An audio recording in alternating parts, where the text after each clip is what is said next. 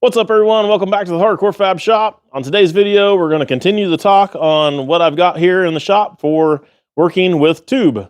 So we've already covered my tubing notcher. We've already covered the tubing roller back there on the table. And now we've got here my tubing bender.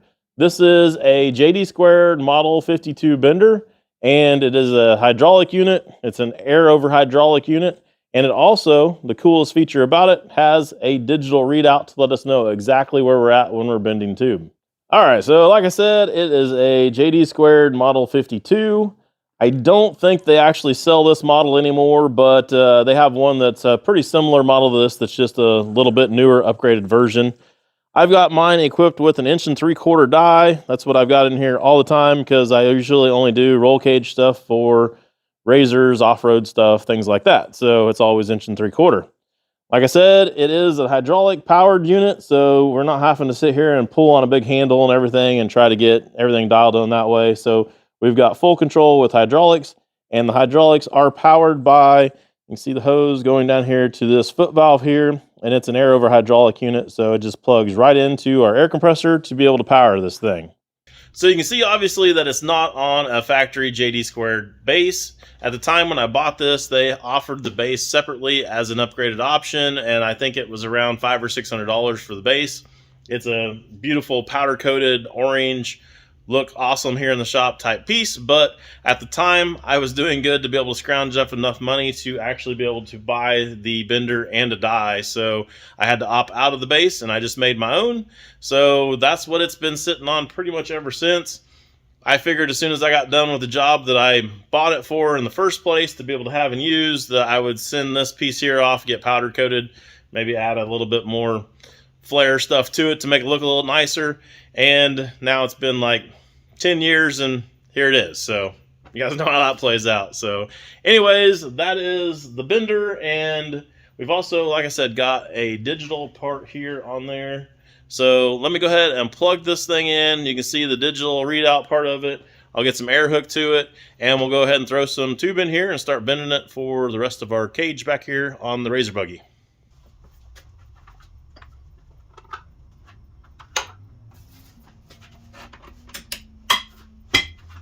All right, so for power, we're just using a regular 110 plug in there. I've got it plugged into a power strip, and then it's just got this part here that's electric, so it's got a really small little wire there, and I was worried that this, trying to hang out here and plug into something like my extension cord there, might get damaged, so I added the power strip just to be on the safe side there. So this part, like I said, is the only part that's actually digital and electric, so the rest of it is going to be air. So to clear this thing, you just do 2 fingers. That clears it, and then you can push 0 at any point and 0 it out. All right, so before I can bend any tube, I need to actually go ahead and get this thing truly zeroed out over here on the gauge.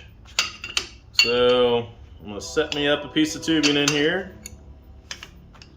and we wanna run this down to where it's pretty tight. I don't usually crank on it with a wrench, but if it's good enough by hand, it'll be fine. So we'll go with that. Now I've got trains and helicopters coming by, I guess, so hopefully you guys will be able to hear this. But bring this in here and flip that over like that, and now we're locked in. Get a little pressure on this tube here. So I pushed on this enough to where it's just good and tight here. All the slop is now out of our die setup and everything. So we're pretty tight here, but we're not bending it yet.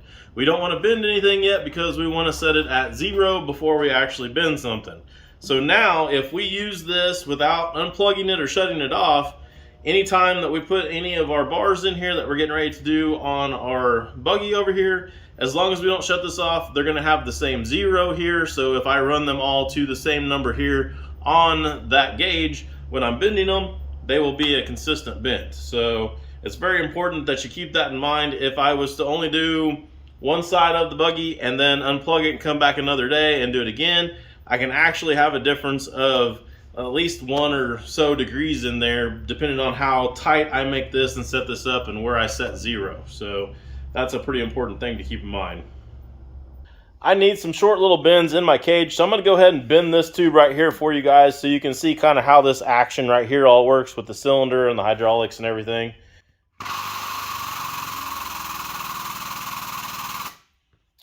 Wow, I got distracted by videoing. Usually I put a little WD on my dies so they slide through there a little better.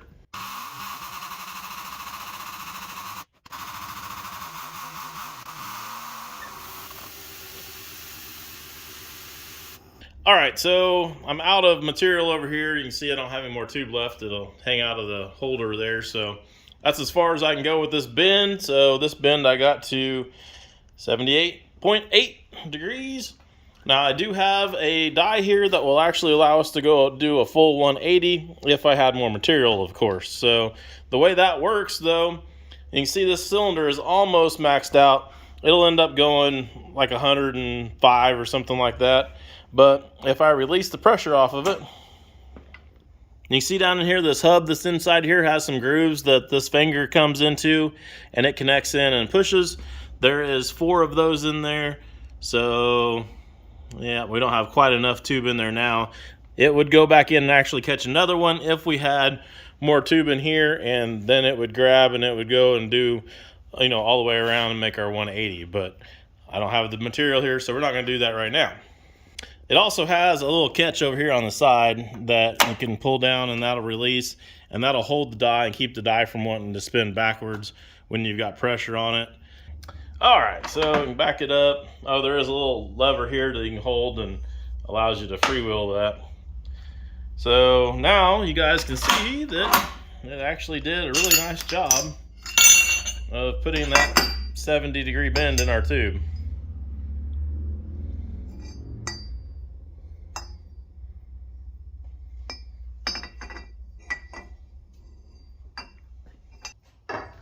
All right, I guess we're at the point where we can actually bend our tube now that we have rolled with our tubing roller and get our A-pillar and our top roof bar in here on our buggy.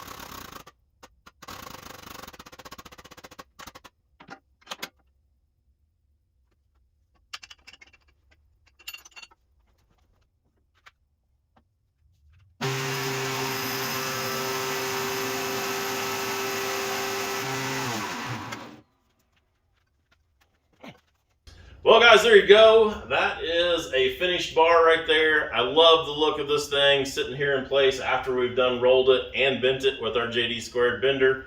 So I think the combination of the two go together quite well, and it actually gives it a really nice look.